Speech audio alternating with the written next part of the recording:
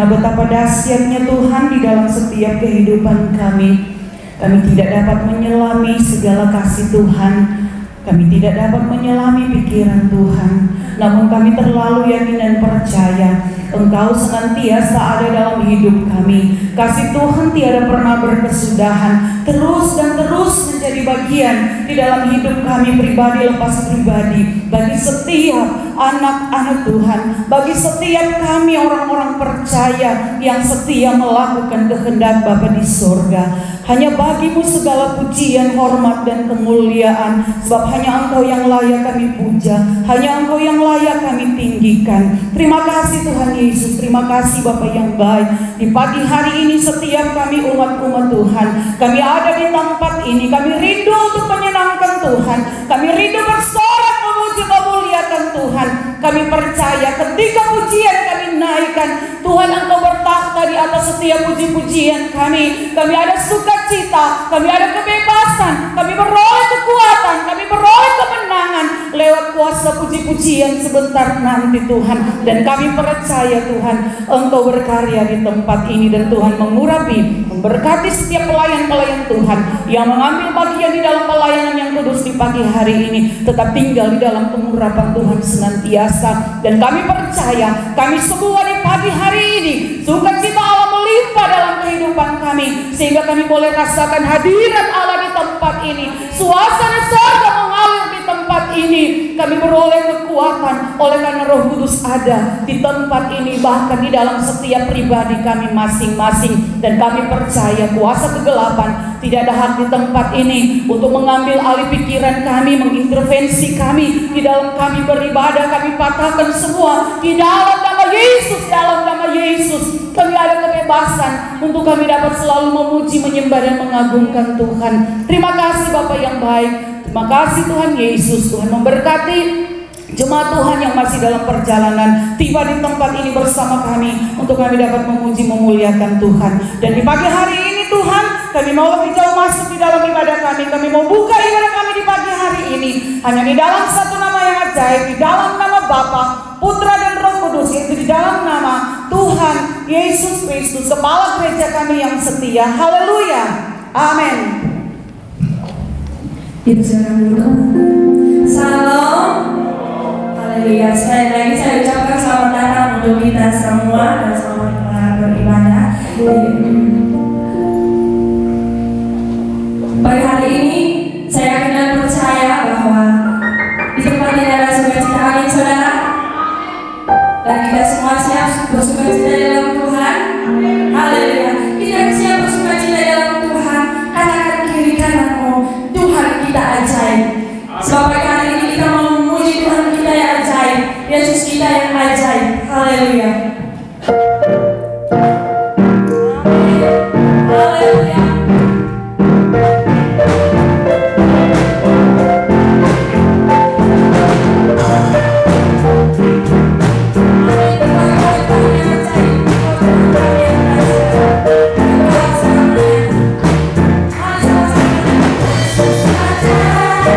Tuhan ku ajaib, kasih-Nya ajaib.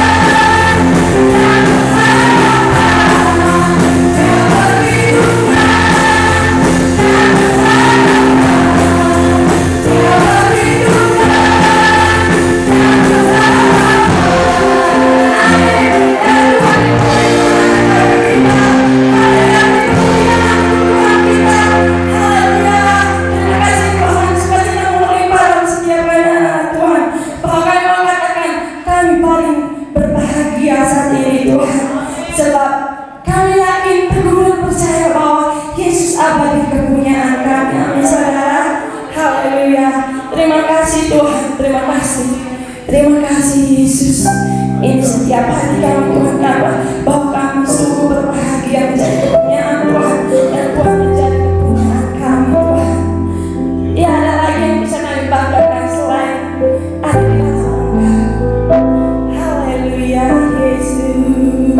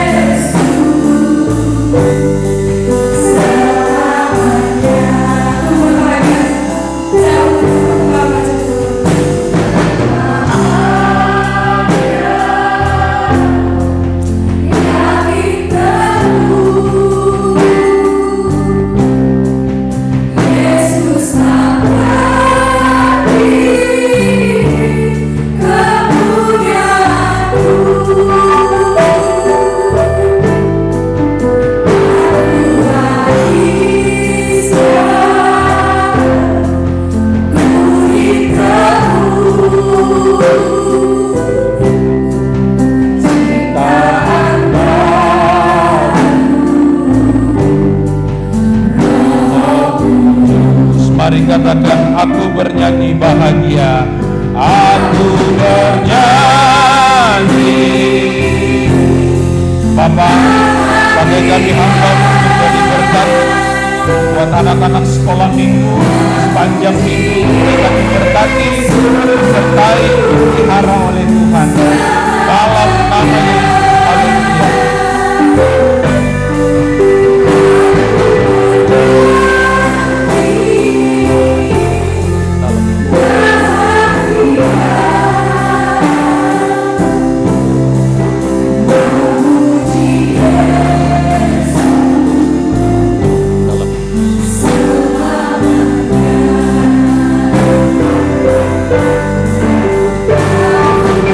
Yeah.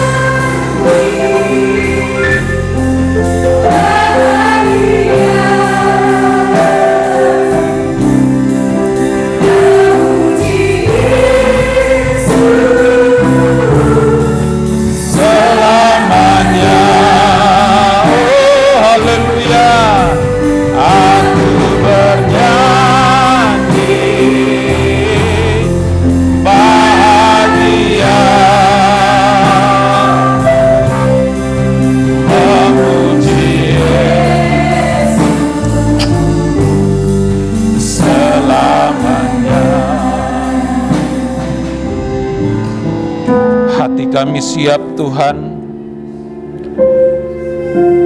hati kami siap untuk mendengar firman-Mu. Mari Tuhan berkati kami lebih lagi. Tuhan tahu apa yang menjadi doa dan pergumulan kami semua, baik dalam pribadi, baik dalam rumah tangga. Tuhan tolong kami semua. Dan kami tahu di dalam Tuhan ada jalan keluar, ada kekuatan baru dalam setiap kehidupan kami.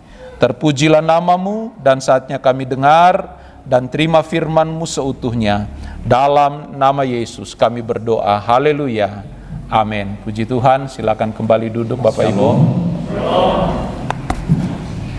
Bagaimana kabar hari ini? Baik, sehat. Haleluya. Kita beri sorak-sorai bagi Tuhan.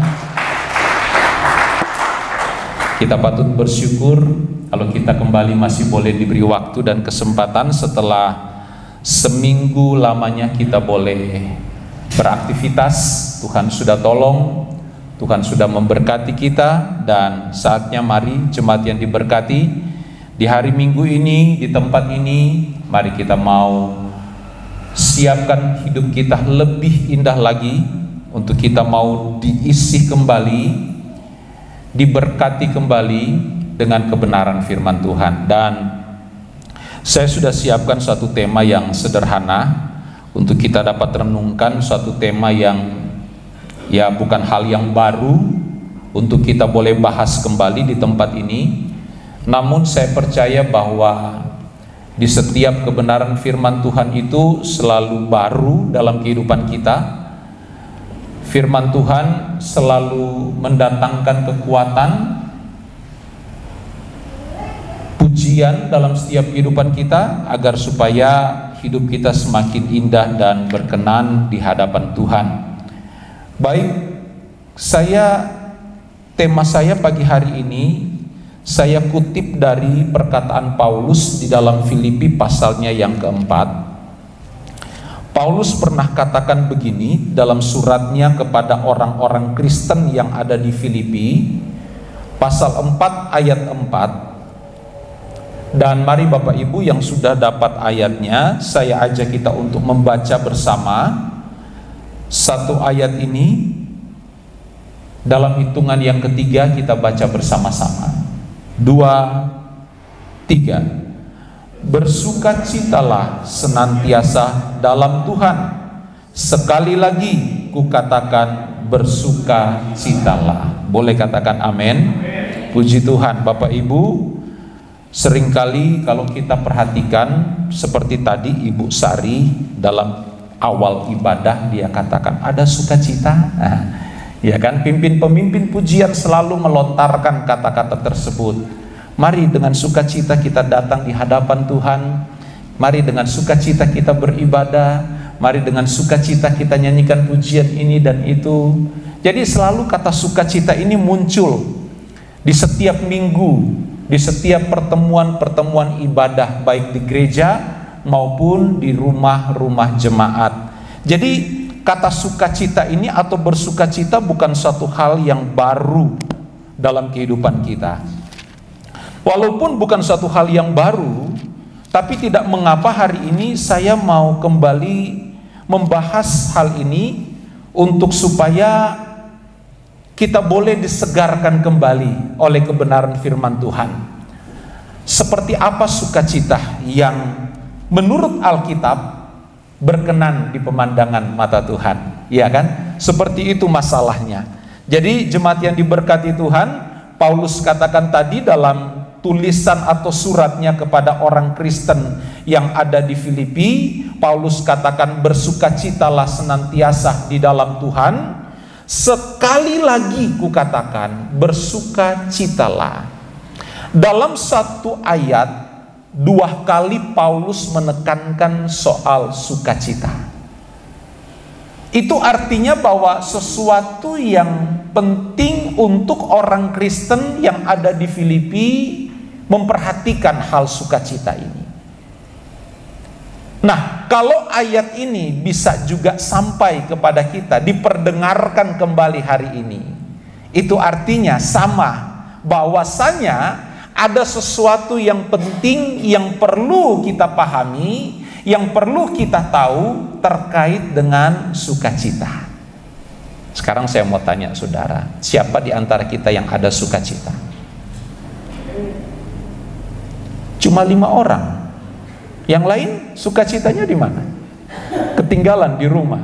Oke, nanti pulang baru ambil. Baik, puji Tuhan. Sukacita, kalau saya sedikit coba melihat beberapa catatan ya, khususnya di dalam Kamus Besar Bahasa Indonesia, sukacita itu singkatnya begini, terkait dengan emosi jiwa, terkait dengan emosi. Nah, kalau terkait dengan emosi berarti ini sangat juga menjadi catatan penting dalam kehidupan kita.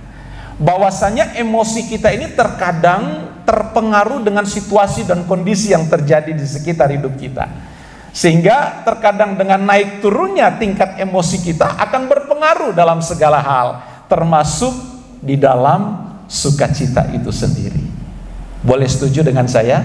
Ya. Jemaat yang diberkati, sebelum saya lebih jauh untuk membahas sukacita terkait dengan tulisan Paulus kepada orang-orang Kristen di Filipi ketika itu, saya mau undur sedikit, bawa saudara dalam Kisah Para Rasul. Nah, kita lihat sedikit peristiwa yang terjadi di dalam Kisah Para Rasul, pasal 16. Nah, Bapak Ibu jemaat yang diberkati, Kisah pasal 16, saudara, saya akan baca beberapa ayat. Saudara perhatikan dan menyimaknya dengan baik. Saya mulai dari ayat 19. Demikian firman Tuhan. Ketika tuan-tuan perempuan itu melihat bahwa harapan mereka akan mendapat penghasilan lenyap, mereka menangkap Paulus dan Silas, lalu menyeret mereka ke pasar untuk menghadap penguasa. Setelah mereka, artinya Paulus dan Silas, setelah mereka membawa keduanya menghadap pembesar-pembesar kota itu, berkatalah mereka, katanya, orang-orang ini, maksudnya Paulus dan Silas, mengacau kota ini karena mereka orang Yahudi, dan mereka mengajarkan adat istiadat yang kita sebagai orang Rom atau orang Roma tidak boleh menerimanya atau menurutinya. Juga orang banyak bangkit menentang mereka. Lalu pembesar-pembesar kota itu menyuruh mengoyakkan pakaian dari tubuh mereka dan menderah mereka. Paulus dan Silas ditangkap, diperhadapkan kepada pembesar-pembesar kota Filipi. Tanpa diadili, langsung diderah, dianiaya, kata Alkitab. Ayat 23, setelah mereka berkali-kali diderah, mereka dilemparkan ke dalam penjara. Kepala penjara diperintahkan untuk menjaga mereka dengan sungguh-sungguh. Sesuai dengan perintah itu, kepala penjara memasukkan mereka ke ruang penjara yang paling tengah dan membelenggu kaki Paulus dan Silas dalam pasungan yang kuat. Tetapi kira-kira tengah malam, Paulus dan Silas berdoa dan menyanyikan puji-pujian kepada Allah, dan orang-orang hukuman lain mendengarkan mereka. Akan tetapi terjadilah gempa bumi yang hebat, sehingga sendi-sendi penjara itu goyah, dan seketika itu juga terbuka semua pintu dan terlepaslah belenggu mereka semua. Selanjutnya ayat 27, selanjutnya saudara boleh baca di rumah.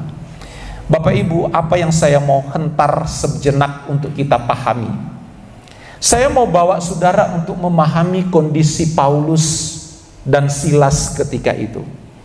Kita fokuskan kepada Paulus aja. Dua orang hamba Tuhan ini ketika ada di Filipi, Kaisarea, karena di Israel ada 2 kota Filipi. Paulus dan Silas ditangkap dan dipenjara di kota Filipi, Kaisarea. Nah, jemaat yang diberkati Tuhan, saudara bisa lihat dan bisa membayangkan kondisi Paulus dan Silas. Sebelum di penjara, mereka diderah, dianiaya, dicambuk, dihukum tanpa diadili. Setelah itu, Alkitab mencatat bahwa kedua hamba Tuhan ini bukan digiring atau dibawa, tapi dilemparkan ke penjara. Dan penjara yang ditempati oleh Paulus dan Silas ada di tengah-tengah penjara itu. Artinya di tengah-tengah lokasi penjara yang sangat ketat penjagaannya. Bapak Ibu, saya mau bawa saudara sedikit membayangkan ya. Kondisi penjara di saat Paulus dan Silas. Saya pernah 23 bulan di lembaga pemasyarakatan. Dan saya tahu kondisi penjara saat ini itu seperti apa. Kondisi penjara sekarang di negara kita ini lebih kepada pembinaan, tidak lagi kepada konsep penjara seperti era kolonial. Penjara sekarang lebih kepada membina anak-anak binaan narapidana. Jadi tidak ada lagi sistem penghukuman seperti penjara tempo-tempo dulu. Masuk gemuk, keluar kurus. Tapi sekarang nggak masuk gemuk, keluar tambah gemuk. Dan itulah kondisi penjara sekarang di negara kita. Sangat baik pelayanannya. Namun kondisi penjara yang ditempati Paulus dan Silas itu berbeda jauh. Penjara di zaman Paulus itu tidak dinding tembok, tapi dinding batu. Dan penjara di zaman Paulus itu tidak dimasukkan seperti bilik-bilik atau sel-sel penjara seperti sekarang, tapi di bawah tanah. Nah, dengan beberapa jemaat beberapa tahun lalu kami sempat ziarah ke Israel dan dibawa ke suatu tempat yang diyakini itu adalah tempat sebelum Yesus disalib, diderah dan dibawa ke tempat itu. Di bawah tanah, memang turun ke tanah dan hanya ada satu lubang di atas. Dan biasanya kalau penjahat yang kelas kakap itu bukan lewat tangga tapi lewat lubang dijatuhkan ke bawah. Wih, sadis betul. Nah, Paulus dan Silas itu bukan dibawa, bukan digiring, tapi dilempar. Kayaknya bayangan saya itu dilempar, dilepas dari lubang, jatuh ke bawah. Sadis betul itu. Dengan kondisi keadaan yang sakit, yang lemah karena sebelumnya diderah, dianiaya. Saya percaya betul keadaan Paulus dan Silas begitu memprihatinkan dan mengenaskan. Saya percaya bahwa sekujur tubuh mereka ada banyak luka akibat cambukan mungkin, tendangan mungkin, dan lain sebagainya. Saudara bisa bayangkan kondisi tersebut. Sangat memprihatinkan. Secara fisik, Paulus dan Silas tidak bisa berbuat apa-apa. Dan saya mau katakan begini, kalau kita baca dalam pasal 16 ayat 19 sampai 27, seakan-akan keadaan yang dialami oleh Paulus dan Silas itu sehari penuh. Tapi saya mau katakan, dalam membaca Alkitab, dalam suatu peristiwa atau cerita, jangan kita memiliki konsep seperti ini, hanya dari pagi sampai sore. Nggak ada. Itu berlangsung beberapa hari bisa jadi. Hari pertama ditangkap, saat itu mungkin juga langsung diderah, dihukum, dicambuk dan lain sebagainya. Bisa jadi besok harinya baru dilemparkan ke dalam penjara. Dan kita tidak tahu berapa lama mereka ada di penjara, sampai ketika suatu saat Paulus dan Silas pada tengah malam berdoa. Kita nggak tahu kurun waktu berapa lama itu, tapi saya percaya lebih dari 2 atau 3 hari, atau bahkan seminggu atau sebulan, kita nggak tahu. Alkitab tidak memberi catatan yang rinci soal berapa lama Paulus dan Silas ada di penjara. Tapi saya percaya bahwa orang di penjara bukan hanya sehari atau 2 hari, tapi bisa berbulan-bulan adanya. Bapak Ibu, saya mau bawa kita memahami hal begini. Kalau dalam situasi kita tidak menghadapi masalah atau persoalan, untuk bersukacita kayaknya kita mudah untuk melakukannya.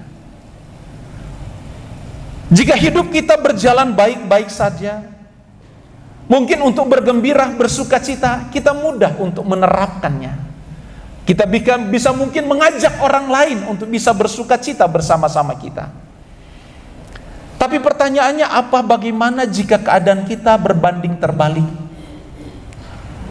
Keadaan kita tidak baik-baik saja.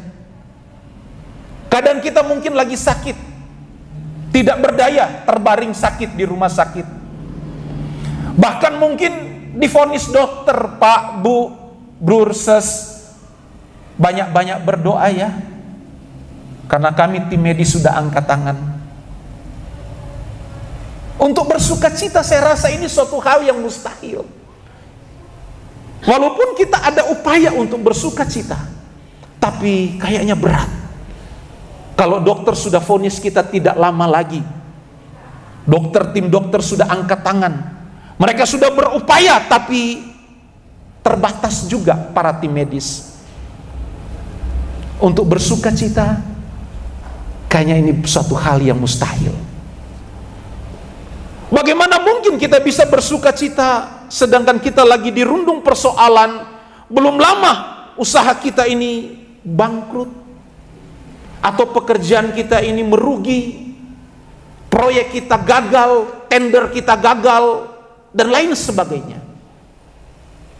Untuk bersukacita, sekali lagi, sepertinya ini satu hal yang berat untuk kita lakukan.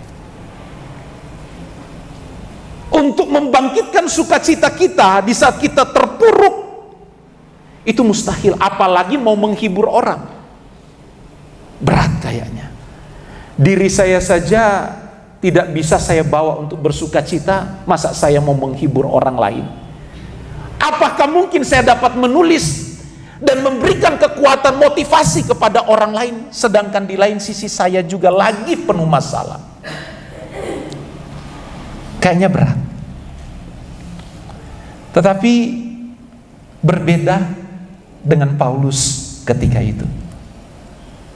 Di Filipi, di penjara, maksimum security, Paulus masih sempat menulis surat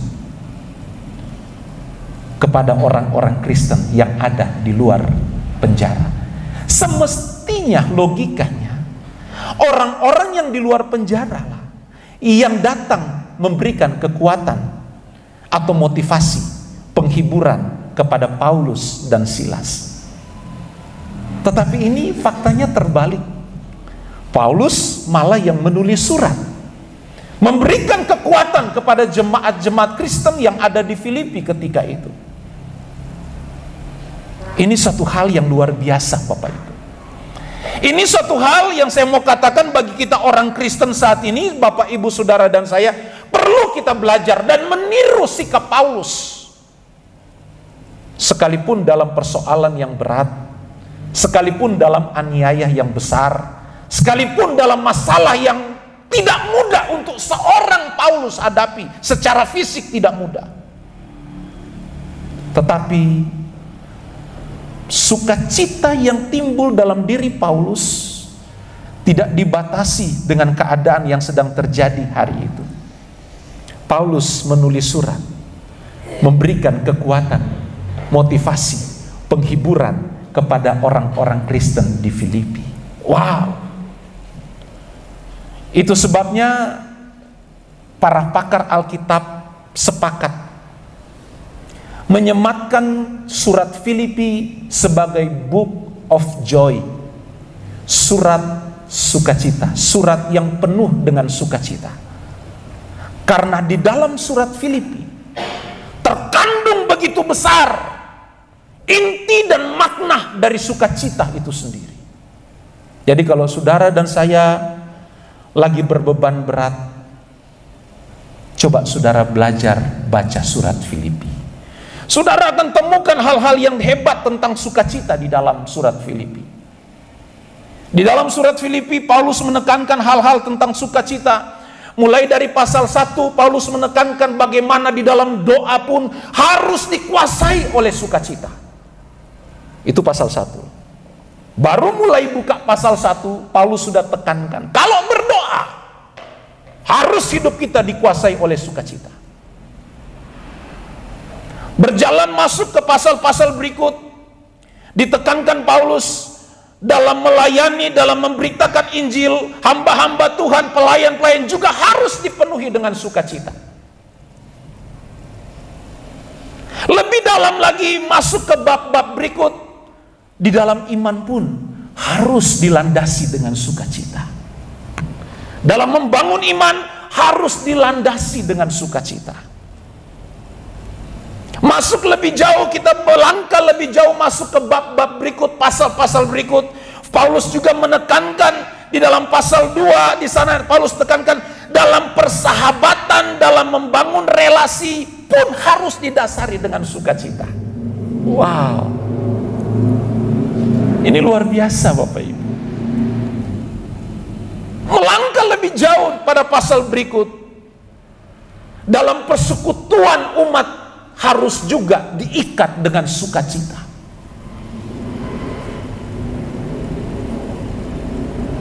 Maka dari itu, para pakar Alkitab sepakat menyebut surat Filipi adalah buku sukacita. Karena termuat sukacita yang luar biasa, dan yang menulis surat ini bukan orang yang lagi dalam kondisi baik-baik saja. Tapi sebaliknya, kita tahu di Filipi lah Paulus dipenjara, Paulus diderah, Paulus dianiaya. Dia menulis surat yang penuh didasari dengan sukacita.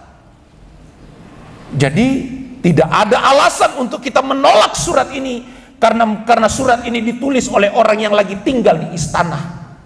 Tidak. Tapi yang menulis surat ini Paulus, yang sedang mengalami tekanan, yang sedang mengalami masalah, tapi dia menulis surat ini kepada orang Kristen di Filipi, menekankan tentang sukacita. Kita melangkah masuk kepada pasal-pasal lebih jauh lagi. Paulus menekankan dalam berpengharapan terhadap janji-janji Allah pun harus didasari dengan sukacita. Wow. Lebih jauh lagi pada pasal-pasal terakhir, pasal 3, Paulus menekankan dalam berkorban pun harus didasari dengan sukacita. Tidak ada aspek dalam hidup kita yang Paulus tulis dalam surat Filipi tidak didasari dengan sukacita. Semua harus didasari dengan sukacita. Pasal 4, pasalnya yang terakhir, Paulus tekankan ketika kita menerima berkat-berkat Tuhan, mengalami berkat-berkat Tuhan pun harus didasari dengan sukacita. Boleh beri tepuk tangan untuk firman Tuhan? Ya. Bagaimana kita hari ini? Adakah sukacita ini memenuhi hidup kita? Memenuhi rumah tangga kita? Memenuhi pekerjaan kita? Dimanapun kita berada, langkah demi langkah, dalam segala aspek, adakah sukacita ini mendasari segala tindakan kita, baik pikiran, perkataan, dan perbuatan? Bapak Ibu, kenapa Paulus menekankan dalam pasal 4 ayat 4, bersukacitalah senantiasa, sekali lagi kukatakan, bersukacitalah. Sekali lagi saya katakan bahwa jika dalam satu ayat saudara perhatikan dalam Alkitab, jika diulang-ulang 2-3 kali, berarti itu satu hal yang penting untuk kita garis bawahi, kita perhatikan, dan kita cermati ada apa di balik itu. Bapak Ibu, kekasih Tuhan, sekali lagi kita harus membangun sukacita dalam hidup kita. Nah, kadang kita ini sukacita yang terbangun dalam hidup kita ini hanya sukacita yang sifatnya temporer. Apa? Sementara. Jika kita dalam segala sesuatu misalnya tidak kurang satu apapun, karena segala sesuatu dapat terpenuhi dalam hidup kita, ya sukacita itu muncul wajar. Semua orang bisa, jangankan kita orang Kristen, orang yang bukan Kristen pun bisa. Tapi itu bukanlah sukacita yang ingin disampaikan oleh Paulus dalam suratnya. Nah, sukacita seperti apa sih? Sukacita yang ditekankan Paulus adalah sukacita bukan hanya soal terkait jasmani, bukan hanya terkait emosional, Karena kalau sukacita terkait emosi ini, itu juga orang yang bukan Kristen bisa mengalami hal tersebut. Ya, kalau kita lagi diberkati, lagi dipromosikan, lagi berlibur, lagi enjoy dengan keluarga di tempat-tempat libur, sukacita itu bisa muncul. Tetapi itu tidak bertahan. Setelah selesai liburan, pulang rumah, diperhadapkan dengan banyak persoalan, podoai, sama lagi. Sukacita itu bisa terpendam. Tetapi kita belajar sukacita yang dialami atau ditekankan oleh Paulus, sukacita yang terkait dengan batin atau rohani kita. Nah, ini sukacita yang terkait batin dan rohani tidak dipengaruhi oleh situasi dan kondisi yang sedang terjadi. Mau diberkati, puji Tuhan. Mau enggak, mengucap syukur, tetap puji Tuhan. Ditolong Tuhan atau belum ditolong Tuhan, tetap mengucap syukur dan bersuka cita. Di penjara atau di dalam penjara atau di luar penjara, tetap bersuka cita.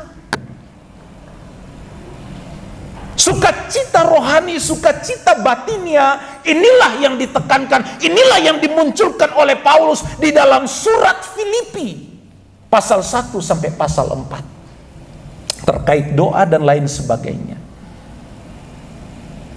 Nah, pertanyaannya, persoalannya bagi kita, adakah sukacita terkait batin rohani kita ini ada atau enggak?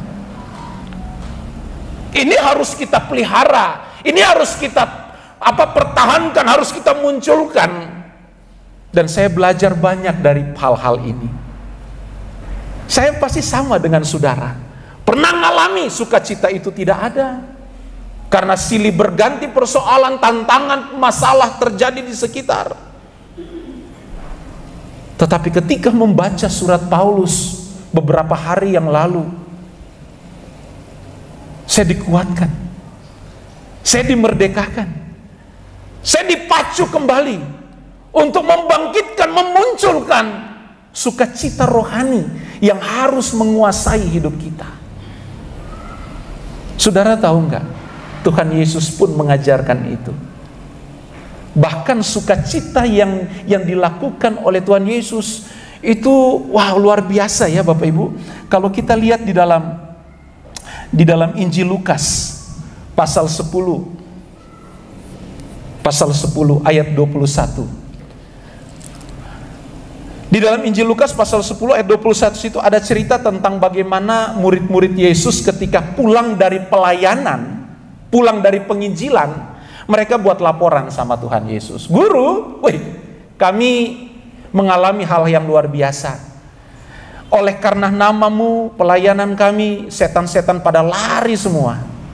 Ketika murid-muridnya melaporkan hal itu, Yesus katakan, Lukas pasal 10 ayat 21 berkata begini, pada waktu itu juga bergembiralah Yesus dalam Roh Kudus dan berkata, aku bersyukur kepadamu Bapa, Tuhan langit dan bumi, karena semuanya itu engkau sembunyikan bagi orang bijak dan orang pandai, tetapi engkau nyatakan kepada orang kecil ya Bapa, itulah yang berkenan kepadamu. Saya garis bawahi, pada waktu itu juga bergembiralah Yesus. Kata bergembira di sini dalam teks Yunani dia menggunakan kata egalao,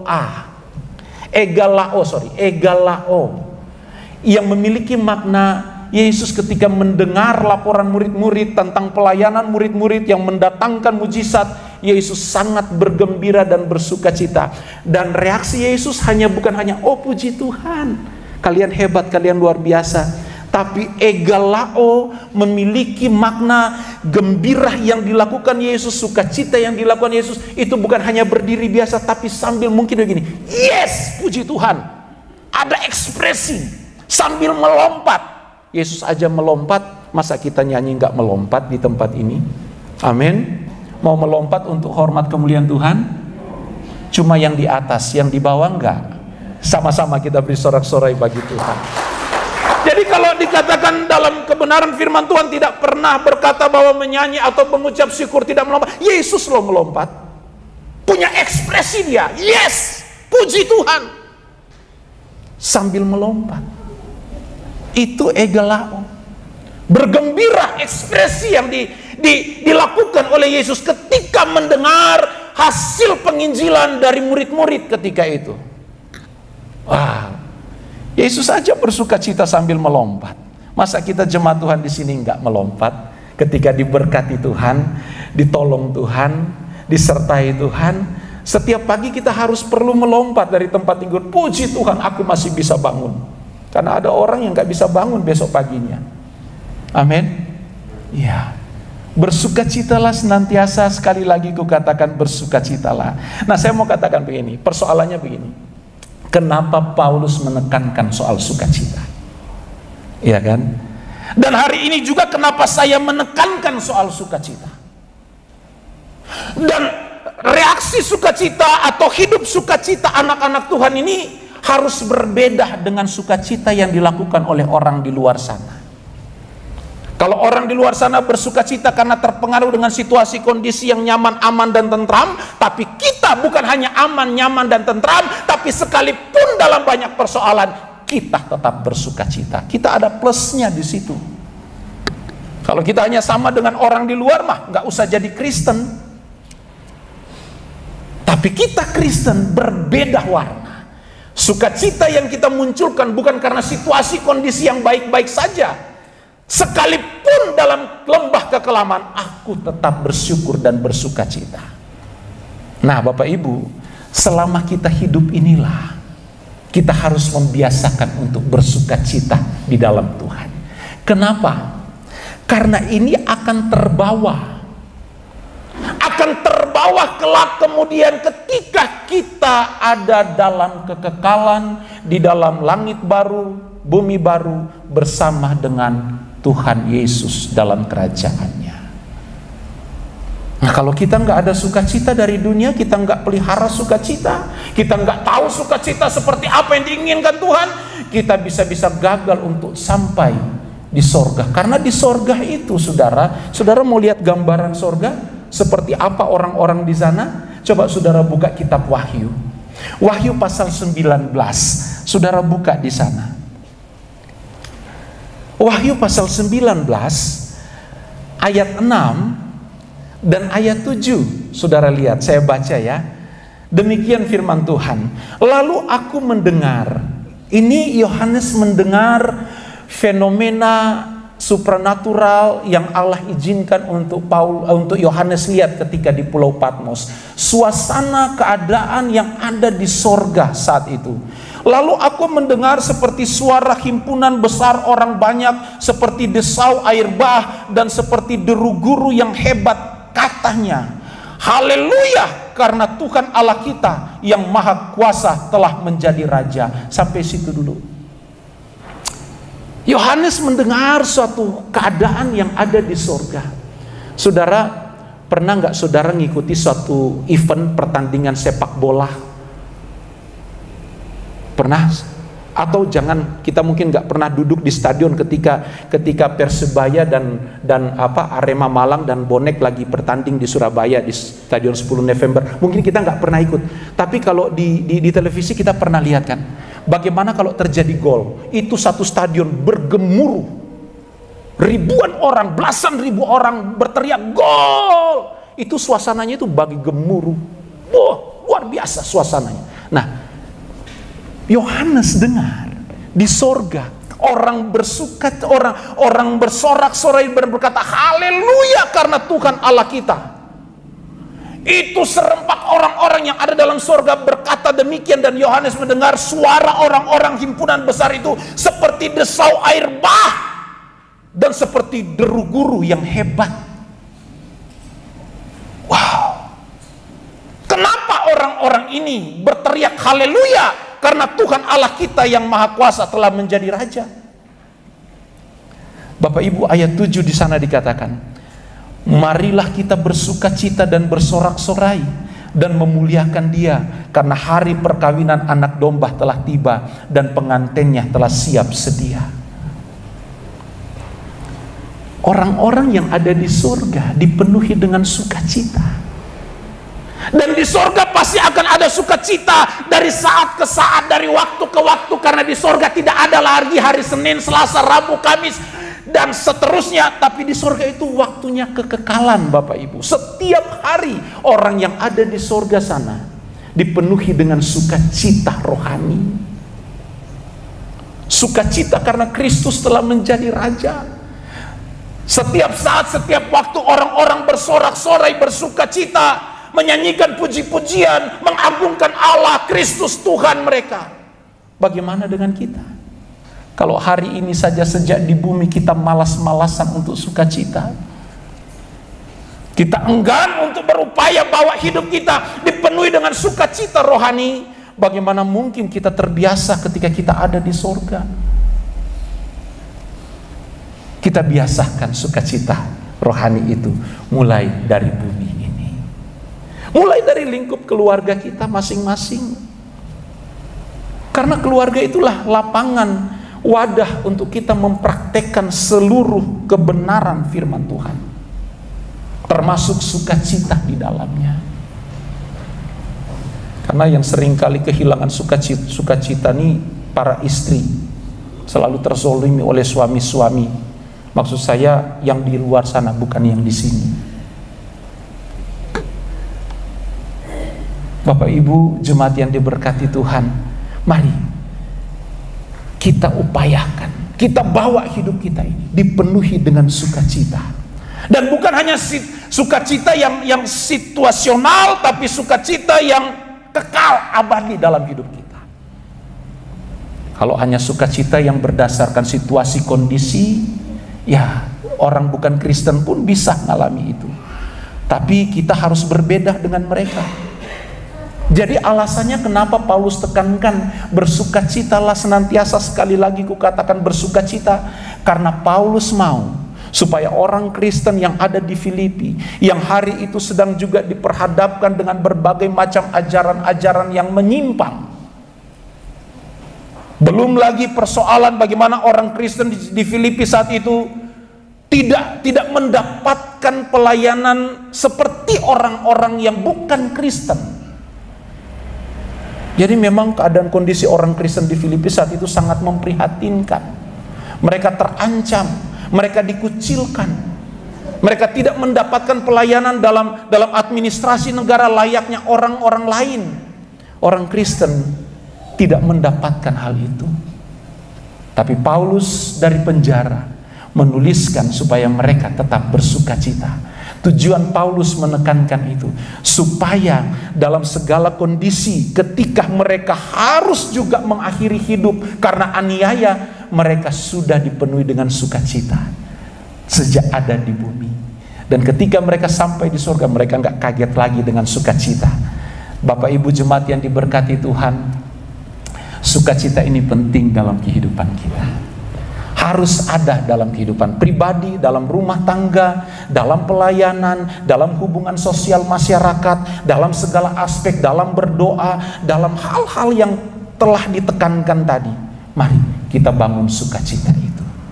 Karena di dalam sukacita ada berkat kemuliaan Tuhan yang Tuhan sediakan dalam hidup kita. Maka dari itu, siapa yang mau bersukacita hari ini? Amin. 1, 2, 3 kita beri sorak-sorai bagi Tuhan. Bersukacitalah senantiasa. Sekali lagi kukatakan, bersukacitalah. Bapak Ibu, jangan sampai sukacita itu hilang dalam hidup kita. Yang membuat sukacita itu bisa hilang rasa takut. Rasa takut. Contoh Alkitab. Saudara ingat enggak? Ketika murid-murid sedang ada di Danau Galilea, mereka diperhadapkan dengan angin, ombak, badai. Yesus tertidur di buritan. Singkatnya, mereka bangunkan Yesus. Yesus katakan, "Mengapa engkau takut? Mengapa engkau tidak percaya?" Ya kan? Yesus mengajar murid-murid hari itu. Jadi hal yang pertama, sukacita bisa hilang ketika ada rasa takut yang tidak alkitabiah. Jadi ada rasa takut yang alkitabiah? Ada, nanti saya jelaskan. Rasa takut yang tidak alkitabiah adalah rasa takut yang tidak didasari oleh iman. Murid-murid hari itu kurang apa coba? Mereka nggak tahu Yesus? Mereka pernah melihat Yesus buat mujizat. Yesus sudah mengajar mereka. Tapi di saat angin badai, murid-murid ketakutan. Yesus marah, kenapa kamu takut? Kenapa kamu kurang percaya? Jadi rasa takut ini perhatikan, jangan sampai rasa takut yang tidak didasari dengan iman itu bisa menyebabkan sukacita itu tenggelam. Murid-murid tidak bisa bersukacita, tidak bisa bergembira, tidak bisa bersorak-sorai. Sebelumnya mereka bersukacita karena melihat perbuatan tangan Tuhan Yesus yang luar biasa. Jadi perhatikan, rasa takut bisa menyebabkan sukacita itu hilang. Takut dengan hal-hal apa? Takut dengan hal-hal jasmani. Aduh om bagaimana ya? Aduh om bagaimana ya? Aduh om bagaimana ya? Bukankah Yesus katakan, cari dulu kerajaan Allah dan segala sesuatu. Cari dulu kebenaran, kerajaan Allah dan kebenarannya, maka segala sesuatu akan ditambahkan. Ketika kita meletakkan dasar iman kita, percaya kita yang benar terhadap janji-janji Tuhan, saya percaya rasa takut tidak akan menguasai apa yang kita lakukan terkait hari depan kita, karena kita percaya Yesus sanggup memenuhi segala sesuatu. Terus bagaimana rasa takut yang berdasarkan iman? Contohnya begini, rasa takut yang harus kita bina, yang harus kita pupuk adalah rasa takut yang seperti ini. Aduh, saya layak nggak ya di hadapan Tuhan? Ada kegentaran, ada ketakutan, layak atau tidaknya aku di hadapan Tuhan. Nah, rasa takut seperti ini yang perlu kita perhatikan, kita kembangkan. Rasa takut untuk jangan-jangan saya tidak berkenan dengan apa yang saya sedang lakukan seperti ini. Nah, rasa takut seperti inilah yang perlu kita lakukan. Jangan rasa takut yang membangkitkan kecemasan, rasa takut yang menimbun atau menghimpit sukacita kita. Tapi mari rasa takut kita introspeksi diri. Adakah ketika aku dipanggil Tuhan, aku berkenan layak atau tidak? Maka dari itu Daud katakan, selidiki aku, lihat hatiku, apakah ku sungguh mengasihimu. Ada kekhawatiran, ada ketakutan dalam diri Daud. Dia selalu menyelidiki hati, apakah aku berkenan di hadapan Tuhan? Jangan-jangan aku tidak berkenan di hadapan Tuhan. Jadi hal yang pertama yang harus kita atasi adalah rasa takut. Jangan sampai rasa takut ini menghimpit sukacita kita. Mari kita atasi rasa takut, kekhawatiran dan lain sebagainya. Hal berikut yang bisa menimbun atau menghimpit, merusak sukacita kita adalah marah. Nah, kita semua tidak lepas dari marah. Kadang kita marah sama istri, marah sama anak, marah sama pegawai, marahlah. Apakah marah itu wajar? Wajar. Yesus pun marah kok. Tapi kembali mari kita lihat marah seperti apa. Alkitab memberikan batasan-batasan tentang marah. Ya kan? Jangan sampai sunset. Ya kan? Jangan sampai matahari terbenam. Tapi selesaikanlah segala sesuatu itu. Saya kalau ngomong sunset, saya ingat waktu beberapa tahun lalu di Silvia dengan Pak Guru Gat. Kita sudah nanti-nantikan mau matahari terbenam di ufuk barat, tahu-tanya dia di sebelah timur ya. Dia timbul di timur, Pak Guru Gat itu menghadap ke barat, mau tunggu katanya matahari terbit. Kita salah posisi waktu itu Pak Guru Gat. Jadi puji Tuhan, jemaat yang diberkati Tuhan, sekali lagi, marah harus kita kontrol. Jangan sampai marah ini menyebabkan sukacita itu hilang. Marah dengan suami, marah dengan anak-anak. Wah, marah itu ada aturan. Alkitab memberikan batasan. Contoh Kain. Ya kan? Dalam kitab Kejadian di sana Alkitab katakan Allah ngomong sama Kain. Mengapa hatimu panas dan mukamu muram Kain? Apakah engkau tidak berseri jika engkau berbuat baik? Hati-hati, dosa telah mengintip di depanmu. Jangan sampai marah yang melampaui batas-batas kebenaran. Berbahaya. Satu, bisa menyebabkan sukacita itu hilang. Dua, bisa menyebabkan kita tidak menikmati berkat-berkat Tuhan. Mari Bapak Ibu, Kita perhatikan hal-hal ini. Bersukacitalah senantiasa. Sekali lagi kukatakan, bersukacitalah. Karena sukacita ini akan terus ada dalam hidup kita sampai dalam kekekalan. Nah, bagaimana mengatasi itu semua jika kita terpenjara atau kita terkurung dalam hal-hal yang dapat menyebabkan sukacita itu hilang? Nah, Filipi pasal 4, kita kembali ke pokok Alkitab, pokok ayat kita pagi hari ini. Kita harus kembali ke pohon yang sama, kita naik dari pohon yang sama, kita turun juga melalui pohon yang sama. Filipi pasal 4, jemaat yang diberkati. Paulus katakan tadi, ayatnya yang keempat, bersukacitalah senantiasa dalam Tuhan. Sekali lagi kukatakan, bersukacitalah. Hendaklah kebaikan hatimu diketahui semua orang. Tuhan sudah dekat. Janganlah hendaknya kamu khawatir tentang apapun juga, tetapi nyatakanlah dalam segala hal keinginanmu kepada Allah dalam doa dan permohonan dengan ucapan syukur.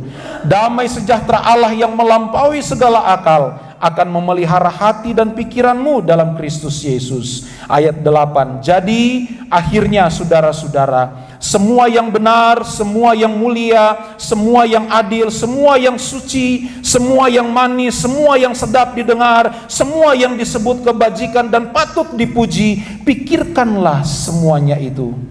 Bapak Ibu, ketika saya membaca ayat 8 ini, saya menarik suatu kesimpulan bahwa ternyata pikiran kita dapat kita kendalikan, dapat kita arahkan sesuai dengan maunya kita, mau kemana kita arahkan pikiran kita.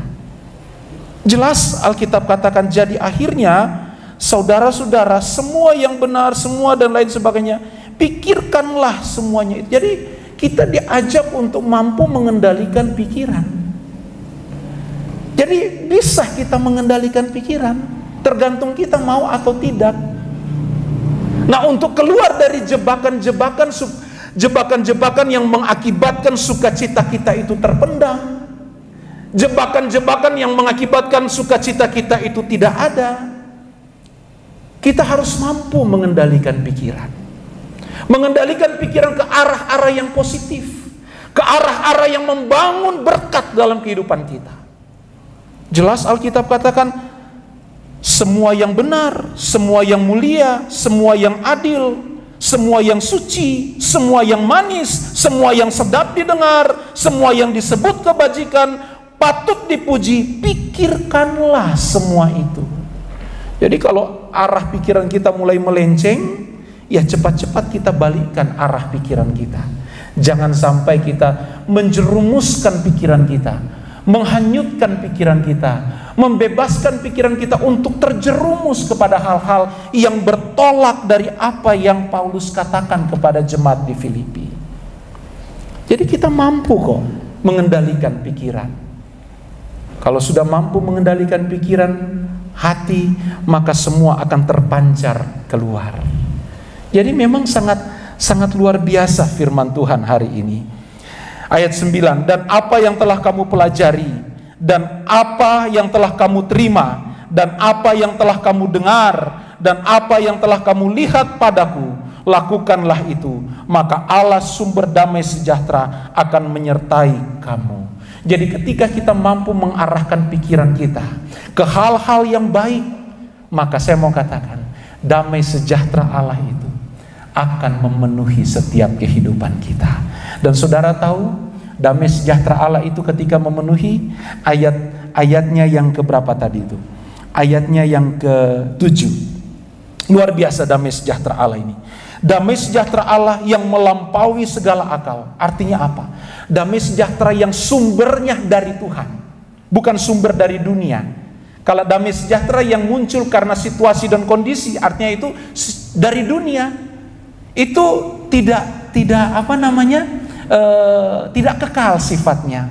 Tapi kalau damai sejahtera Allah yang sumbernya dari Allah, damai sejahtera itu mampu memelihara hati dan mampu memelihara pikiran kita di dalam Kristus. Wow, ini luar biasa Bapak Ibu.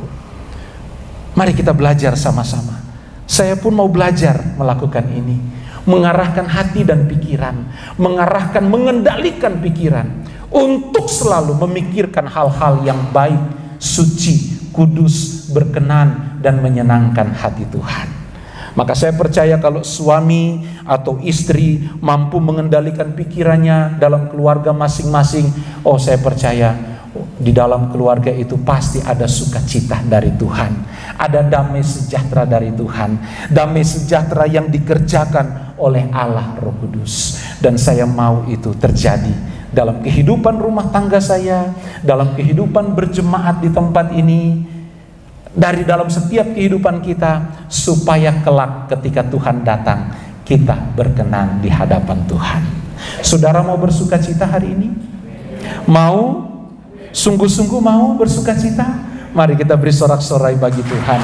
Sama-sama kita bersukacita hari ini, seterusnya dan selamanya. Jemaat yang diberkati Tuhan, Paulus dalam segala kondisi, di penjara, dia lemah, tidak berdaya. Dia dianiaya, dia di penjara, dijaga langsung oleh kepala penjara. Dia tidak bebas untuk melakukan segala sesuatu. Tetapi tembok dinding penjara tidak membatasi sukacita dalam diri Paulus. Bagaimana dengan kita? Adakah masalah itu ibarat dinding yang membatasi sukacita kita? Adakah penyakit, kelemahan kita ibarat dinding yang tebal, ibarat dinding yang kokoh, sehingga tidak bisa menimbulkan sukacita dalam hidup kita? Mari kita atasi, kita hancurkan itu, hancurkan setiap hal-hal yang mengakibatkan sukacita kita itu hilang. Masalah boleh ada, tapi masalah tidak mengurangi saya untuk tetap bersukacita. Tantangan boleh silih berganti, tapi tantangan itu tidak akan membuat sukacitaku itu pudar. Aku akan tetap bersukacita hari ini, bahkan sampai selama-lamanya. Saudara boleh tutup Alkitab saudara.